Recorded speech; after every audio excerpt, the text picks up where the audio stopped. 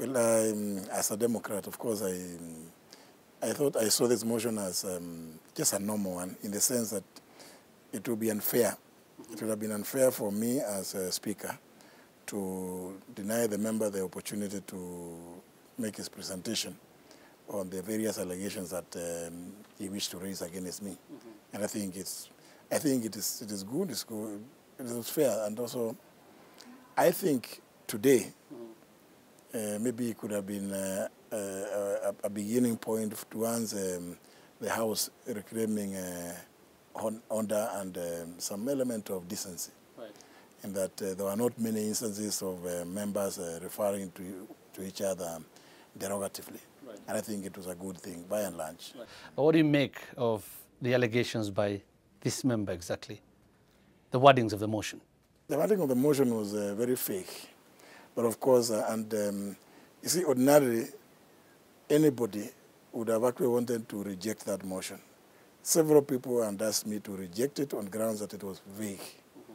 You can't say that somebody has alleged malicious things about members. It's something that contemptuous and unfounded.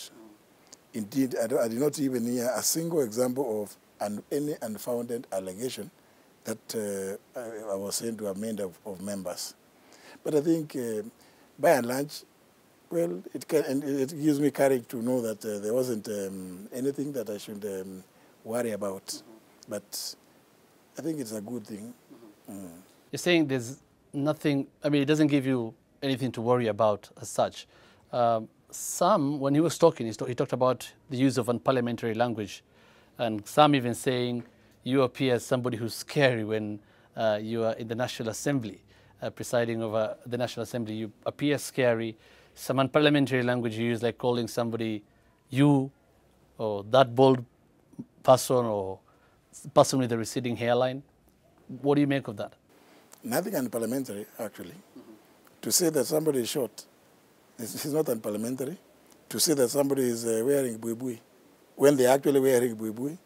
To say that somebody has a receding hairline, when indeed that is. And remember also, I think members like to pick jokes, or at least what I gathered from this from Musimba himself is matters which happened when they did not have cants.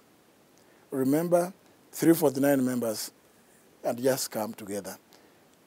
I didn't know. It was not possible for me to be expecting to know all of them at the same time. And then opportunity to speak, everybody shoots up. Now, when you see a crowd of about 50 in one corner, how do you identify the person who is going to speak? And also to be fair to the new members, so because there was a concern that, if I didn't go that route of describing people, giving people an opportunity to speak on the basis of how I'm able to describe them, then I could only pick on the ones I knew. You're talking about humor. Some would say, yeah, I mean, it's not such a big deal. But is one MP, only one MP, for instance, taking this as a big deal? Shouldn't it be a big deal or a cause for concern for you? To many, yes, it may be humor, but to some, they feel like it's derogatory. Well, let me say this. When those days, and that was in 2013, when we were very new, I'm surprised that nobody for these last 2 years has raised that issue with me. In fact, the member that I was saying to have called, to have said as a receding hairline, when he came to me, he told me, "I'm sure now you know me."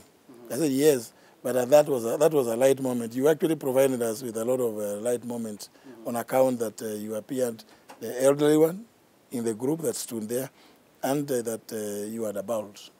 Yes, I mean, but so I think looking at it, well, it is his right really to make all manner of allegations. I cannot hold it. I cannot now become. I cannot start saying I'm going to victimize him. No, he was acting within his right. You've been reported and quoted as saying yes about what the riot act you read, including on corruption, that this is maybe looked at as corruption fighting back. Do you still hold that view? Or?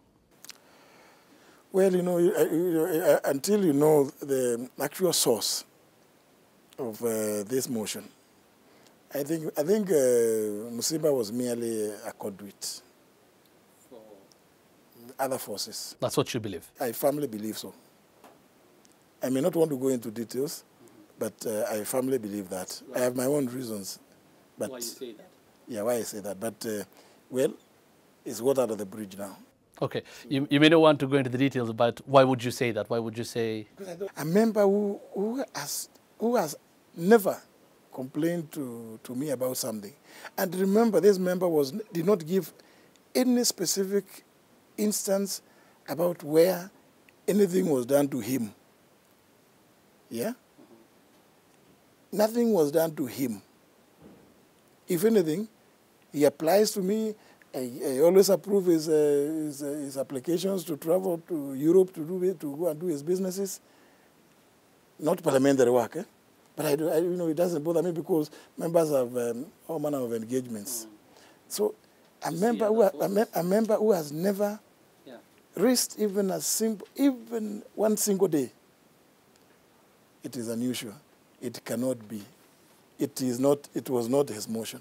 You see other forces at play here? Yes. Within Parliament or outside Parliament? Or?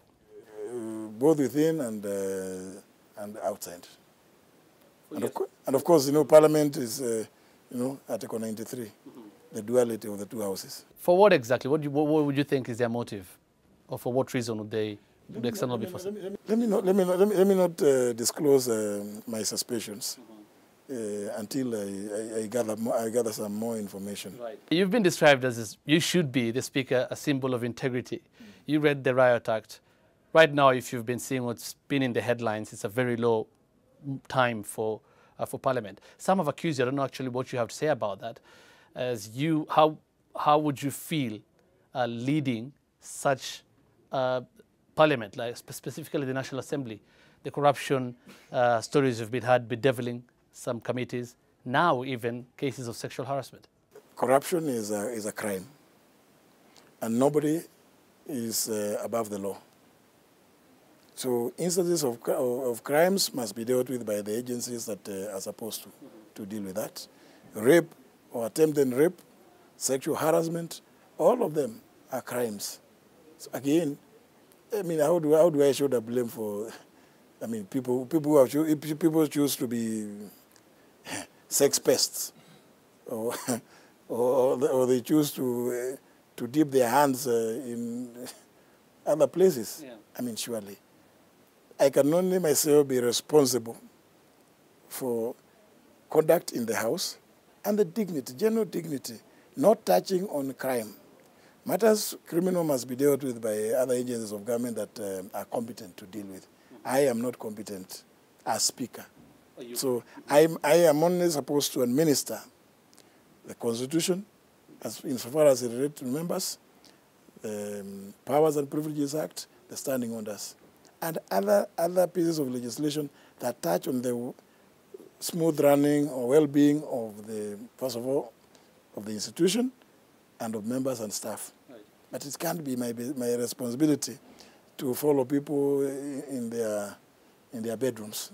Right. Are you proud then, being the Speaker of such, I mean, in such times? Well, of course, it gives you very low moments when you see the institution that you are leading being painted in such bad light. Nobody would be proud. Mm-hmm. But I think what I need to assure Kenyans is that we are making efforts, right. And going forward, you will see a lot of improvements and tough measures being put in place. You've talked about you cannot be blamed for the problems of individual members of Parliament, including corruption and other cases. We had a specific instance where Ababu Namwamba, the chair of the PAC, blamed you, saying he left a letter with you on the issues bedeviling the Public Accounts Committee to be taken, or for you to authorize for it to be taken to the Ethics and Anti-Corruption Commission and DPP. He actually accuses you of you doing nothing then. He didn't do anything about it. It's a bit unfortunate. Eh? This famous retreat, leadership retreat, happened towards the end of last month. The attempt to impeach or to vote out Ababu Namwamba was on 26th of last month. That retreat happened the weekend that followed. On Friday, the Honorable Namwamba was not in the meeting. We spent the whole day there. We were leaving there late in the evening. On Saturday is when Ababu Namwamba came. And after the meeting had closed, he came to me. He was brought to the office where I was by the staff. And he handed to me a letter, a long letter. I told him, I can't start reading these things now. But I looked. The letter indicated that it was copied to Ethics and Anti-Corruption and the Office of DPP. Those are the bodies that should deal with matters of corruption. So when a letter shows that it is copied to them, I mean, was I to call them to tell them, please, there is a letter, have you taken action? That would be interfering with their mandate, their function. It was only fair that I should wait and hear from them, those two bodies, the Office of the DPP and the Ethics. But before anything could happen, remember, the matter was raised on the floor, the following week, by Eden Dwale. Yeah. And since the letter was still here with me, I handed it over to the committee, Powers and Privileges. I can also remind you that I'm actually the chairman of that committee. But because of the things that were happening there, I felt that I should appoint somebody else to chair the committee. So that I remove myself from those issues there. And if you look at that letter, sometimes I wonder, if indeed we believed in the issues which were raised there, one could ask, where did you report? You, who is privy, because it's not me who is privy to the issues of corruption, to which agency that deals with corruption were those matters reported? By the first purveyors of this information, including what is in the tape. Because they must have learned about what was in the tape earlier. Did they report? In that tape, somebody admits to having received a bribe. Ababu Namwamba, the carrier of the tape, and those who are with him, when those admissions were being made, some of who have appeared before you, and you never ask them, when you hand this from your own member, what action have you taken? Have you reported? I mean, why do you keep, because then you are actually concealing, aren't you? You are concealing a crime so that you can come later and make noise that, oh, this one is not doing this. I don't investigate the crimes myself. I investigate the issue of integrity and privilege. So that those bodies that are supposed to do it, and I want to repeat again, should go to the bottom of that matter. Okay, I'm sure you've had this question several times. You've responded to it, I know. But critics still go ahead and ask it. And why do you think, actually, critics keep saying this, that you are biased, you are a stooge for the executive in the National Assembly and for the Jubilee Coalition? Well, let me say this. You see, if there was, by the way, my rulings have nothing to do with the government. And that's the long and short. The rulings and the communications that I make have nothing to do with the government. They have everything to do with the smooth running of the House. Because there's never a contestation between the government side and the opposition side, where I am to come and make a ruling. When somebody can say that I favored government side against the opposition side, when glaringly the vice versa should have been the case. So I've always looked at this. I always I've always wondered about that accusation. And I come to this conclusion. There are people in this country who do not appreciate that one side has to win. And usually, the side with the bigger numbers usually does win. It is not the speaker's fault. It isn't.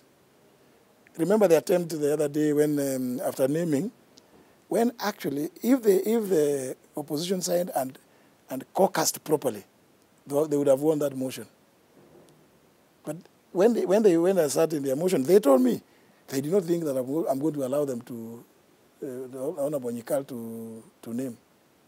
But I asked them, why? Yes, you are right. Yes, you are right to come and claim to move that somebody be named. How do you imagine that I will refuse you to do that? That is the kind of thing that will be said to be unfair. But now I've seen Kenyans, and particularly the media, Hussein. The media continue to say, you see, Speaker named the court side, and the Speaker failed to name the Jubilee. In the first instance, the Speaker did not name. Remember, and I want to say this because I even heard today somebody say it, I had the opportunity to actually do the naming myself, but I refused. I said, it's not my business. It is you people in the House. You remember these things are a reflection of what you people did. It is you. If you want us to continue, we'll continue. Some people are saying that I went back to my ones. I did not go back to anyone's. I just said, for me, from where I sit, I'll consider that to be a bygone.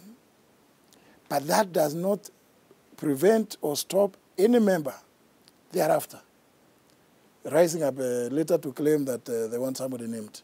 Indeed, is indeed the truth that Jubilee side named people. Because of their numbers, they won. Called people also named with my permission. Yeah? And actually, if you remember that day, they were almost winning. I think they just made a mistake of not caucusing properly. Because all of them were just around, were just hovering around here. Right. They could have come and won the motion. Would I have done anything? No.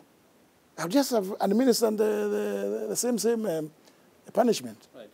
So now when something like that happens, some people say, oh, it's because the speaker was sponsored by Jubilee. Whoever, and I've said this, Hussein, I told you the other day, whoever was to become speaker had to have been sponsored by a political party. Is there anything you learn from what happened today? Do you have any apologies to make from people who say you use unparliamentary language and all that stuff? This has happened today. You were here watching it. Is there anything you learned from this, and do you have any apologies to make? No, because how do I apologize for nothing? There's nothing has been unparliamentary. What language is unparliamentary? Somebody has a ball there. If you are a Monai and you are called a Monai, would that be unparliamentary? If you are called, if you are told you are short, and you are, how unparliamentary? Because the issue is unparliamentary. You may feel offended. Maybe the only thing perhaps I can say, maybe I will not call short people short. I should call them tall. If that will make them happy.